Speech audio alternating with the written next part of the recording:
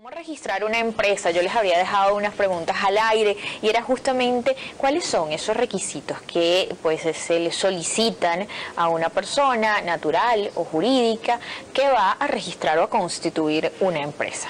Carolina. Ok, los requisitos son, primero, el primer paso que tienes que hacer es la búsqueda de nombre para tu compañía. Eso es el primer paso.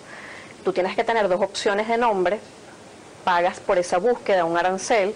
A los 3 días aproximadamente te dan la respuesta cuál de esos dos nombres que quieres para tu empresa están disponibles y lo pagas, lo reservas. Y luego te dan 30 días, que aunque la ley no habla de ese plazo, pero te dan 30 días para que tú presentes el documento constitutivo como tal. Cuando decimos esa búsqueda es, por ejemplo, yo quiero registrar una empresa que se llame Irlenis Molina. ¿Van a buscar si existe otra empresa que se llame Irlenis Molina? Correcto, correcto. Incluso pudiéramos ahondar un poquito más en el tema del nombre o la denominación comercial y decir que hay ciertas palabras que están como reservadas o no las puedes utilizar. La palabra Venezuela, aunque puede haber suministros Venezuela, por ejemplo, ¿no? Pero hay ciertas palabras que el registro retiene y que no las ofrece, por decirlo de alguna manera, para el uso comercial. Okay. Pero fuera de eso, una vez que tú tienes tu denominación comercial, la pagas, la reservas, y tienes 30 días para presentar ya el documento constitutivo con todos los requerimientos, las cédulas y los RIF de cada uno de los accionistas. Si es persona jurídica, pues el documento constitutivo de esa empresa, pagar el arancel dependiendo del capital social que esté conformado por la compañía, que ahí viene otro requisito importante, que dependiendo del tipo de negocio que tú vayas a abrir, requerirás una cantidad de dinero para abrir esa compañía. Que eso es algo que nos encontramos los abogados en la práctica, que no hay un criterio uniforme.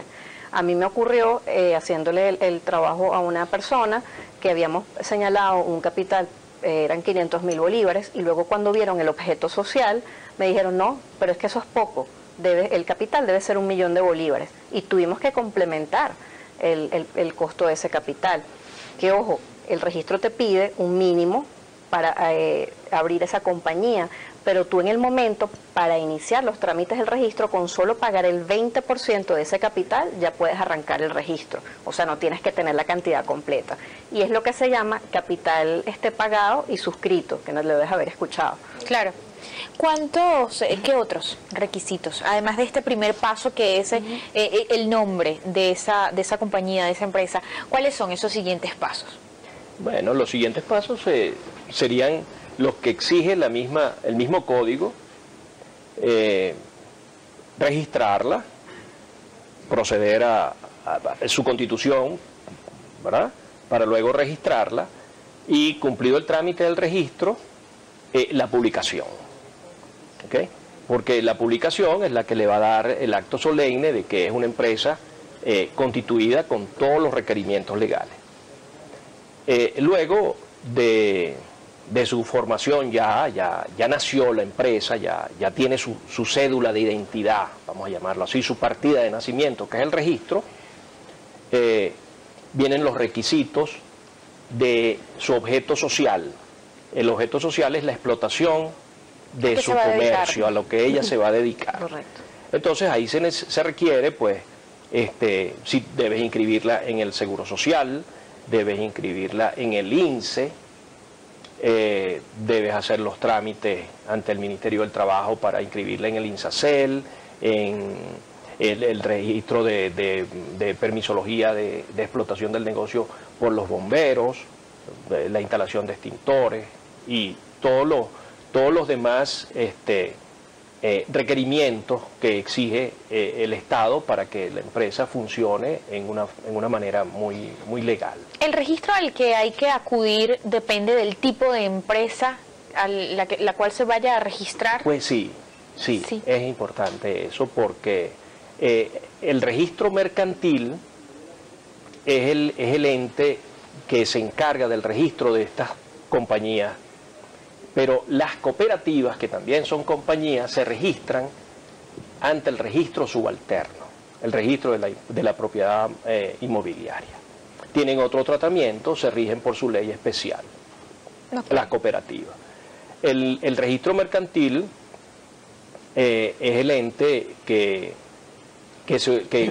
está destinado por la ley para eso, para que se registren las empresas y contengan ellas el expediente con una numeración cronológica del nacimiento de las empresas y de cada una de sus asambleas que realizan, las cuales tienen que pasar por el registro y ser registradas. Si se quiere registrar una empresa o una persona, un emprendedor que quiera registrar una empresa y se encuentra en el interior del país, ¿tiene que venir a Caracas específicamente a hacer ese registro, hacer esa constitución, o puede hacerlo en la entidad donde se encuentra? Claro, es que los registros mercantiles funcionan en forma regional también, no tienes que venirte a la ciudad para hacerlo, o sea que perfectamente lo puedes hacer. Tienes la página web del SAREN, que es como el órgano que regula los registros y las notarías, y ahí tienes la información detallada de dónde acudir, pues. O sea que es perfectamente, es fácil ubicarlos. En cuanto al pago de aranceles, sí. Para complementarla, por favor. En cada entidad hay un registro mercantil, y si no existiera, el juez de primera instancia puede realizar esa función de registro de la empresa.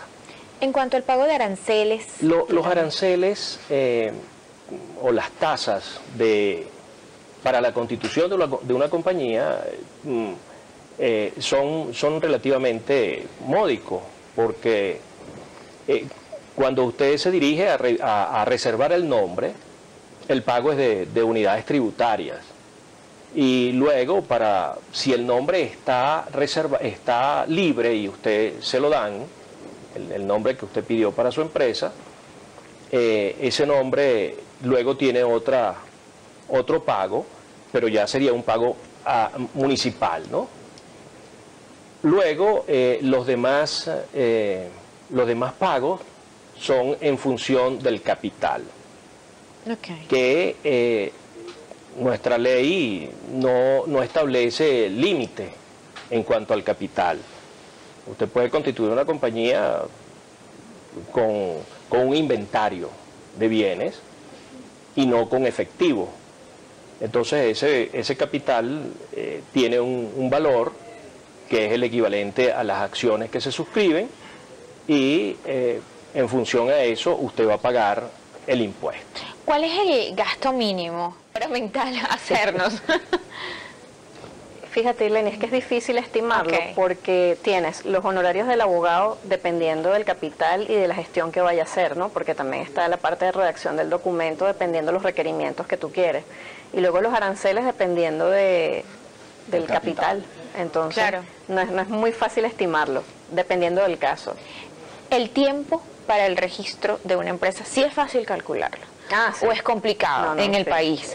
El tiempo se lo da a uno, en realidad, pero sí hay un límite de 30 días luego de tener la reserva del nombre para introducir en el registro el acta constitutiva de 30 días. Ahí son 30 días, porque si no lo haces en ese lapso, pierdes la reservación del nombre y pierdes lo que invertiste en la reserva, en el pago de la reserva y en el pago del nombre.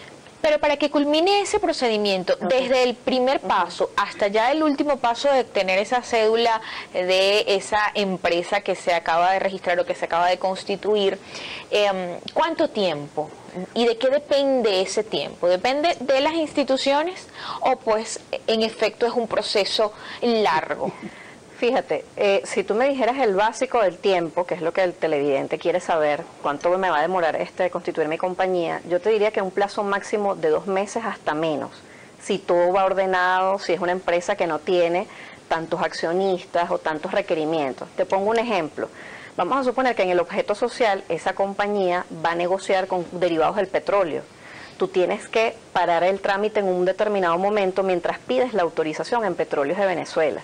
Entonces, hasta que no salga esa autorización, que demora de 3 a 6 meses, tú no regresas al registro mercantil a hacer tu siguiente trámite. Entonces, ¿sabes? Por eso te digo, ¿no? Dependiendo del tipo de compañía, demorará más o menos. Claro. Por supuesto, uno como abogado no los asesora dependiendo del tipo de documento constitutivo que tú quieras.